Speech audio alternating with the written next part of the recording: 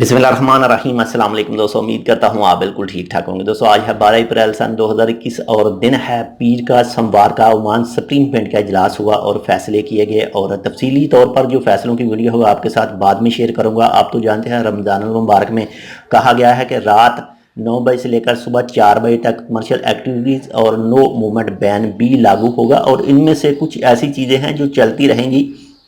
In no movement ban और commercial activities हैं जो खुली रहेंगी, उन पर असरात नहीं होंगे, तो वो आपके साथ शेयर कर रहा हूँ। वो हैं 3 टन के जो ट्रक हैं वो भी खुले रहेंगे। इसके बाद में जो फार्मेसीज वगैरह हैं जिनकी नाइट शिफ्ट है वो भी चलती रहेंगी। सेहत के इदारे हैं वो भी चलते रहेंगे। इसके बाद में जो हेल्थ वर्कर और मीडिया के वर्कर हैं जो काम करते हैं वो भी स्पेशल लेटर के थ्रू अपना काम कर सकेंगे, आगे पीछे जा सकेंगे।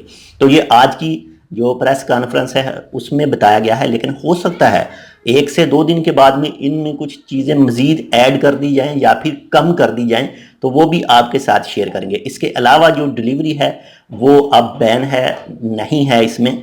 हो सकता है उसको कुछ मज़ीद आगे आने वाले 1 से 2 दिनों में कुछ मज़ीद बताया जाए। और जो रमज़ान मुबारक का रात 9 बजे से लेकर सुबह 4 बजे तक बैन है, हो सकता है केसों की तादाद कम हो जाए और उसमें भी कुछ नरमी कर दी जाए, या फिर केसों की तादाद ज़्यादा हो जाए और फिर कुछ सख्ती भी की जा सकती है।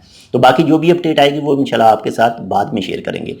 तो अगर आपने अभी तक हमारा ये channel tech with Urdu subscribe नहीं किया तो आप इसको सब्सक्राइब कर सकते हैं। तो मिलते हैं दूसरी अपडेट के साथ। मज़ीद तफसीली तौर पर जो जितने भी फैसले हैं उसकी तफसीली वीडियो आपके साथ थोड़ी से देर के बाद शेयर की जाएगी।